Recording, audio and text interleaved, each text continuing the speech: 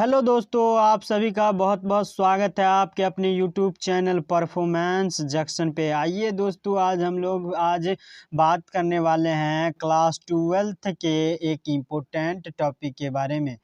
किस टॉपिक के बारे में? तो आज का जो टॉपिक है वह है महात्मा बुद्ध। ये टॉपिक काफ़ी इम्पोर्टेंट है क्लास 12th और कॉम्पिटिटिव एग्ज़ाम के लिए भी। किसके लिए? तो कॉम्पिटिटिव एग्ज़ाम के लिए भी ये काफ़ी इम्पोर्टेंट है। इस महात्मा बुद्ध के परिचय में, यानी कि महात्मा बुद्ध के जीवनी के बारे में या फिर महात्मा बुद्ध से संबंधित प्रश्न कॉम्पिटिटिव एग्ज़ाम में भी देखने को मिलता ही है। क्या होता है? तो काफ़ी सारा प्रश्न यहाँ से देखने को मिलता है। तो आइए दोस्तों, आज जो है हम सभी मिलकर महात्मा बुद्ध के बारे में, यानी कि महात्मा बुद्ध से संबंधित जितने भी इम्पोर्टेंट प्रश्न होंगे उसको आज हम लोग देखने वाले हैं। क्या करने वाले हैं? तो देखने वाले हैं महात्मा बुद्ध से संबंधित जितने भी इम्पोर्टेंट टॉपिक हैं, यानी कि उनसे संबंधित जितने भी मोस्ट इम्पोर्टेंट प्रश्न होने वाले हैं, उन सभी प्रश्नों को आज हम लोग देखने वाले हैं।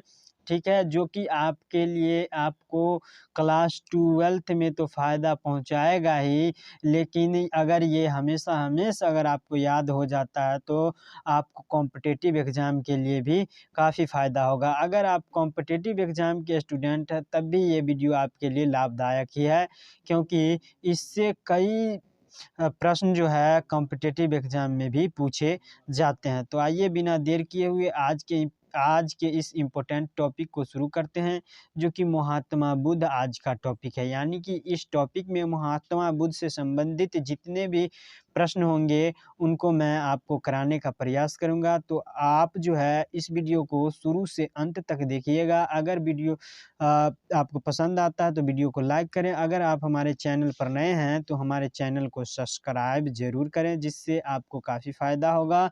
इस तरह का वीडियो मैं प्रत्येक दिन शाम के 5 बजे अपलोड कर देता हूं और आपके लिए ये वीडियो काफ़ी लाभदायक होता है। ठीक है, तो आज का जो टॉपिक है उसे शुरू करते हैं। तो महात्मा बुद्ध के बारे में देखें तो इनका जो है वास्तविक नाम क्या था? अगर आपसे कोई पूछे या फिर एग्ज़ाम में पूछा जाए कि महात्मा बुद्ध का वास्तविक नाम क्या था, यानी कि बचपन का अगर नाम भी पूछे तो क्या था? तब वह सिद्धार्थ था। क्या था? तो सिद्धार्थ था। महात्मा बुद्ध के बचपन का नाम सिद्धार्थ था। इसे आपको याद रखना है। जबकि महात्मा बुद्ध का संबंध किस धर्म से था? तो बौद्ध धर्म से था। किस धर्म से? तो बौद्ध धर्म से था। लेकिन जैन धर्म के प्रवर्तक महावीर स्वामी के पिता का नाम भी क्या था? तो महावीर स्वामी के पिता का नाम भी सिद्धार्थ था। इसलिए आप इसी वीडियो में इसे याद करते चलिए। आपको कन्फ्यूज नहीं होना है कि किस में क्या और कैसे हुआ। यानी कि बौद्ध धर्म के प्रवर्तक महात्मा बुद्ध का वास्तविक नाम क्या था? तो सिद्धार्थ था। जबकि महावीर स्वामी के पिता का नाम क्या था? तो सिद्धार्थ था।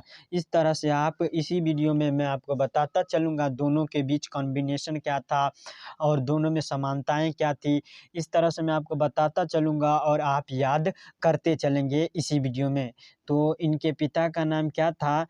महात्मा बुद्ध का नाम वास्तविक नाम सिद्धार्थ था, जबकि महावीर स्वामी के पिता का नाम सिद्धार्थ था। इस तरह से आगे देखें तो महात्मा बुद्ध का जन्म कब हुआ था? अगर महात्मा बुद्ध के जन्म की बात की जाए तो महात्मा बुद्ध का जन्म जो हुआ था वह हुआ था 563 बीसी। बीसी का अर्थ होता है ईसा पूर्व। क्या होता है? ईसा पूर्व। यानी कि महात्मा बुद्ध का जन्म जो हुआ था वह हुआ था 563 बीसी, यानी कि ईसा पूर्व। यानी कि ईसा मसीह के जन्म से 563 वर्ष पहले महात्मा बुद्ध का जन्म हुआ था। क्या हुआ था? जन्म हुआ था। जबकि महावीर स्वामी का जन्म कब हुआ था? तो 540 बीसी में, यानी कि 540 ईसा पूर्व में महावीर स्वामी का जन्म हुआ था। जबकि महात्मा बुद्ध का जन्म 563 ईसा पूर्व में हुआ था। इसे आप एकदम कंठस्थ कर लीजिए, क्योंकि इनसे यानी कि जैन धर्म और बौद्ध धर्म से बोर्ड एग्जाम में 2 से 3 प्रश्न आपको पूछे जाएंगे और एक 5 नंबर यानी कि 5 नंबर के प्रश्न आपको एक इस टॉपिक से से इस चैप्टर से आपको पूछे ही जाएंगे, यानी कि 8-10 प्रश्न इस टॉपिक से आपको पूछे जाएंगे बोर्ड में। यानी कि ये टॉपिक जो है आपके लिए काफ़ी इम्पोर्टेंट है, आपके लिए काफ़ी लाभदायक होने वाला है। तो आप इसे इसी वीडियो में याद करते चलेंगे। तो महात्मा बुद्ध का जन्म कब हुआ था? तो 563 ईसा पूर्व। और इनके जन्म स्थान की बात की जाए तो इनका जन्म स्थान जो था वह था कपिलवस्तु, जो कि कहाँ? तो लुम्बिनी। लुम्बिनी पे नेपाल में पड़ता है। कहाँ? तो नेपाल में पड़ता है कपिलवस्तु लुम्बिनी।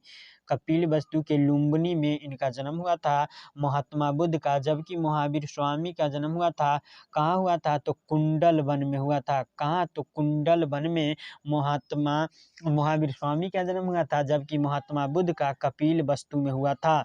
और इनके निधन यानी कि मृत्यु की बात की जाए, यानी कि महात्मा बुद्ध के परिनिर्वाण की बात की जाए तो इनका जो परिनिर्वाण हुआ था वह हुआ था 483 ईसा पूर्व में। कब हुआ था? तो 483 ईसा पूर्व में महात्मा बुद्ध का क्या हुआ था? तो परिनिर्वाण हुआ था, यानी कि निधन यानी कि मृत्यु हुआ था। कब हुआ था? तो 463 ईसा पूर्व में महात्मा बुद्ध का यानी कि निधन हो गया था। और महावीर स्वामी की बात की जाए तो महावीर स्वामी का निधन जो हुआ था वह हुआ था कब? तो 468 ईसा पूर्व में। कब हुआ था? 468 ईसा पूर्व में। आप इसे भी ज़रूर याद रखेंगे। इस तरह से अपने अगले टॉपिक को देखें, यानी कि अगला जो अपना टॉपिक है वह है आयु, यानी कि इनके आयु की चर्चा की गई है आगे। तो महात्मा बुद्ध की आयु कितनी थी, यानी कि कितना, मैं आपको दिखा दूं फिर से। तो महात्मा बुद्ध 63, यानी कि 563 से 483, 563 से 563 से 483 के बीच महात्मा बुद्ध की आयु कितनी हुई थी? तो 80 वर्ष की इनकी आयु हुई थी। इसे आप याद रखिएगा, 563 से 483 के बीच महात्मा बुद्ध की आयु कितनी वर्ष होती है? तो 80 वर्ष होती है महात्मा बुद्ध की। जबकि महावीर स्वामी की बात की जाए तो कितनी वर्ष होती है? तो 72 वर्ष होती है। कितना? तो 72 वर्ष। इस तरह से आप इसे याद ही करते चलिए तो काफ़ी फ़ायदा होगा। क्या होगा? तो फ़ायदा आपको काफ़ी होने वाला है इस वीडियो में, अगर आप शुरू से अंत तक बने रहते हैं तो आगे देखिए। तो इनका मृत्यु स्थल की बात की जाए तो इनकी मृत्यु यानी कि महात्मा बुद्ध का जो है मृत्यु किस स्थान पर हुआ था, किस स्थल पर हुआ था? वह हुआ था कुशीनगर। कुशीनगर कहाँ पड़ता है? तो यूपी में पड़ता है, यानी कि उत्तर प्रदेश में पड़ता है। क्या? तो कुशीनगर, जहाँ महात्मा बुद्ध का परिनिर्वाण यानी कि मृत्यु हो गया था। इस तरह से अगर महात्मा बुद्ध की बात की जाए तो यूपी कुशीनगर, अगर महावीर स्वामी की बात की जाए तो पावापुरी में। कहाँ? तो पावापुरी में इनका निधन हुआ था। इसे आप ज़रूर याद रखें। इस तरह से आगे का टॉपिक जो है, मतलब आगे का जो अपना पॉइंट है उसे देखें। तो अपना जो आगे का पॉइंट है वह है इनकी माता का नाम। क्या है? तो इनकी माता का नाम महामाया था। क्या था? तो महामाया। महात्मा बुद्ध के माता का नाम महामाया। क्या? तो महामाया। जबकि महावीर स्वामी की माता की बात की जाए तो क्या था? तो त्रिशला था। क्या था? तो त्रिशला महावीर स्वामी के माता का नाम था। क्या था? माता का नाम त्रिशला था। जबकि महात्मा बुद्ध के पिता की बात की जाए तो इनके पिता का नाम क्या था? तो शुद्रोधन था। क्या था? शुद्रोधन। जबकि महात्मा बुद्ध के पिता का नाम शुद्रोधन, जबकि महावीर स्वामी के पिता का नाम क्या था? तो सिद्धार्थ था। जो कि महात्मा बुद्ध के बचपन का नाम क्या था? तो सिद्धार्थ ही था। इस तरह से मैं आपको दोनों धर्मों के बीच कॉम्बिनेशन करवा के बताते चलता हूँ, यानी कि इन दोनों के बीच जो समानताएं थी उसको मैं आपको बताते चलता हूँ। और आप इस वीडियो में ही आप इसे याद करते चलें, जिससे आपको काफ़ी फ़ायदा होगा। इस तरह से अपने अगले टॉपिक को देखें, यानी अगले पॉइंट को देखें। तो अपना जो अगला पॉइंट है वह है संतान। अगर महात्मा बुद्ध के संतान की बात की जाए तो महात्मा बुद्ध को किस संतान की प्राप्ति हुई थी? तो पुत्र की प्राप्ति हुई थी, जिसका नाम क्या था? तो राहुल था। क्या था? तो राहुल था। जबकि महावीर स्वामी की बात की जाए तो महावीर स्वामी को पुत्री की प्राप्ति हुई थी, जिसका नाम क्या था, तो अनुज्ञा प्रियदर्शना था, जिसका विवाह किससे हुआ था, तो जमाली से हुआ था। किससे, तो जमाली से। इस उनके किसका, तो महावीर स्वामी के पुत्री अनुज्ञा प्रियदर्शना का विवाह हुआ था। जबकि महात्मा बुद्ध के संतान कौन थे, तो पुत्र थे। कौन, तो पुत्र हुआ था, पुत्री की प्राप्ति हुई थी, जिसका नाम क्या था, तो राहुल था, जिसको महात्मा बुद्ध ने मोह मोक्ष का राहु नाम रखा था। क्या रखा था, तो मोह मोक्ष का राहु यानी कि राहुल नाम रखा था। इस तरह से बात की जाए इनके पत्नी के बारे में, तो इनके पत्नी का नाम क्या था, तो इनके पत्नी का नाम यशोधरा था। क्या था, यशोधरा। इस पत्नी के नाम में तो कई बच्चे कंफ्यूज होते ही होते हैं, क्योंकि महात्मा बुद्ध के पत्नी का नाम यशोधरा था, जबकि महावीर स्वामी के पत्नी का नाम यशोदा था। क्या था, तो यशोदा था। क्या था, यशोदा था। और इनके पत्नी का नाम यशोधरा था। इस यानी कि धरा यानी कि बस दोनों का नाम सेम ही है। इनका नाम यशोदा, जबकि इनका नाम यशोधरा, बस थोड़ा सा अंतर है, लेकिन आपको मैं यहाँ पे क्लियर करवा दिया हूँ, तो आप ज़रूर इसे याद रखेंगे। क्या, तो महात्मा बुद्ध के पत्नी का नाम यशोधरा, महात्मा बुद्ध के पत्नी का नाम यशोदा, जबकि महावीर स्वामी के पत्नी का नाम सॉरी कंफ्यूज हो रहे हैं थोड़ा बोलने में दिक्कत हो गया हमको भी। महात्मा बुद्ध के पत्नी का नाम क्या था, तो यशोधरा। महात्मा बुद्ध के पत्नी का नाम यशोधरा, जबकि महावीर स्वामी के पत्नी का नाम यशोदा। क्या, तो यशोदा। आप इसे जरूर याद रखेंगे। इस तरह से आगे देखें तो गृह त्याग आयु, यानी कि जब महात्मा बुद्ध ने गृह का त्याग किया तो उस समय महात्मा बुद्ध की कितनी आयु थी, तो 29 वर्ष थी। कितनी, तो 29 वर्ष थी।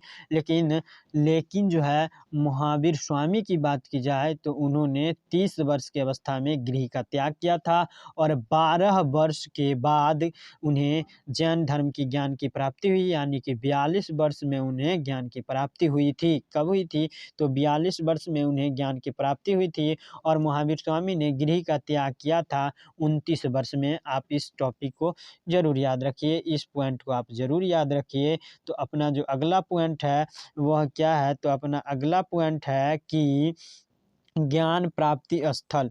महात्मा बुद्ध को जिस स्थल पर ज्ञान की प्राप्ति हुई थी वह कौन सा स्थल था, तो 6 वर्ष बाद बोध गया में। कहाँ, तो बोध गया में। इसको तो आप याद ही रखिएगा, क्योंकि कहाँ हुई थी ज्ञान की प्राप्ति, तो बोध गया में इनको ज्ञान की प्राप्ति हुई थी, जो कि 6 वर्ष बाद हुई थी। कितना, तो 6 वर्ष बाद हुई थी। अगर 29 में 6 वर्ष जोड़ा जाए तो कितना, 35 वर्ष। 35 वर्ष में इन्हें ज्ञान की प्राप्ति हुई थी, जबकि महावीर स्वामी को 42 वर्ष में ज्ञान की प्राप्ति हुई थी। इस तरह से आप इसे याद रखें कि इनको ज्ञान की प्राप्ति कहाँ हुई थी, तो बोध गया में, जबकि 6 वर्ष बाद हुई थी, और 35 वर्ष में हुई थी, जबकि इनकी आयु 35 वर्ष हो रही थी तब हुई थी। और 6 वर्ष बाद, यानी कि गृह त्याग के 6 वर्ष बाद इनको ज्ञान की प्राप्ति हुई थी। इस तरह से अपने अगले पॉइंट को देखें तो अपना जो अगला पॉइंट है वह है कि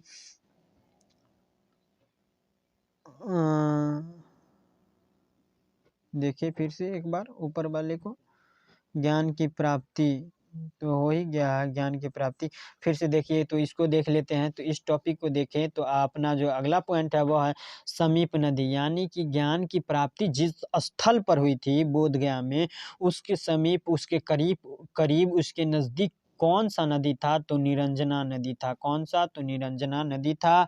और किस किस किस किस वृक्ष के नीचे इनको ज्ञान की प्राप्ति हुई थी, यानी किस वृक्ष के समीप में जो है इन्होंने ध्यान मग्न लगाया था नीचे में, जिस वृक्ष के नीचे इनको ज्ञान की प्राप्ति हुई थी, तो वह हुई थी पीपल वृक्ष के नीचे। जबकि महावीर स्वामी की बात की जाए तो उनको किस वृक्ष के नीचे हुई थी, तो साल वृक्ष के नीचे हुई थी, जबकि महात्मा बुद्ध को पीपल वृक्ष के नीचे हुई थी। और गृह त्याग आयु तो 29 वर्ष, हो ही गया है ऊपर।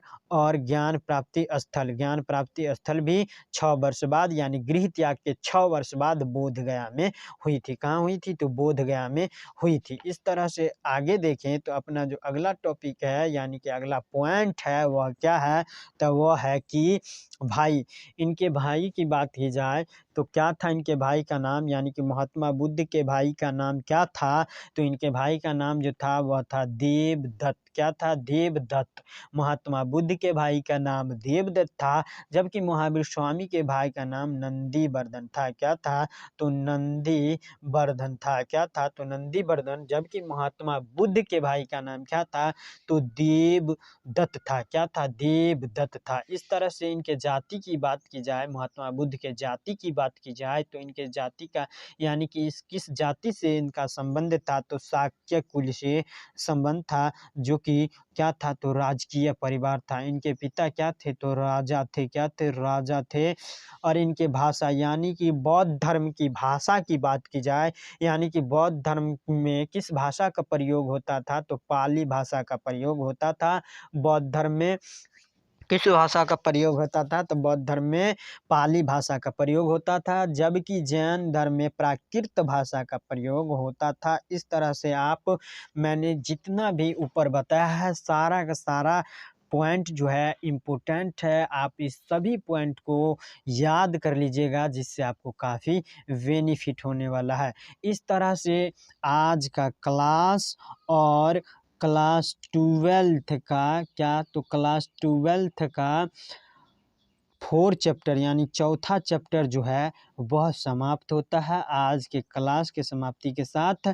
इससे पहले इस चैप्टर का मैंने 2 क्लास करवा दिया है। अगर आप नहीं देखे हैं तो ज़रूर जाके देख लीजिए।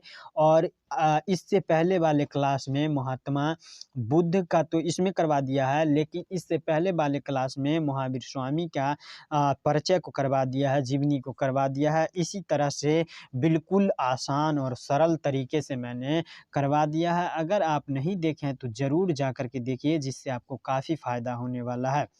ठीक है, तो वीडियो अगर आपको पसंद आता है तो हमारे वीडियो को लाइक करें, हमारे चैनल जो है परफॉर्मेंस जंक्शन, इसको सब्सक्राइब करें और अपने दोस्तों को शेयर करें अगर आप 12th क्लास के स्टूडेंट हैं तो उम्मीद है कि आपको ये वीडियो पसंद आया होगा।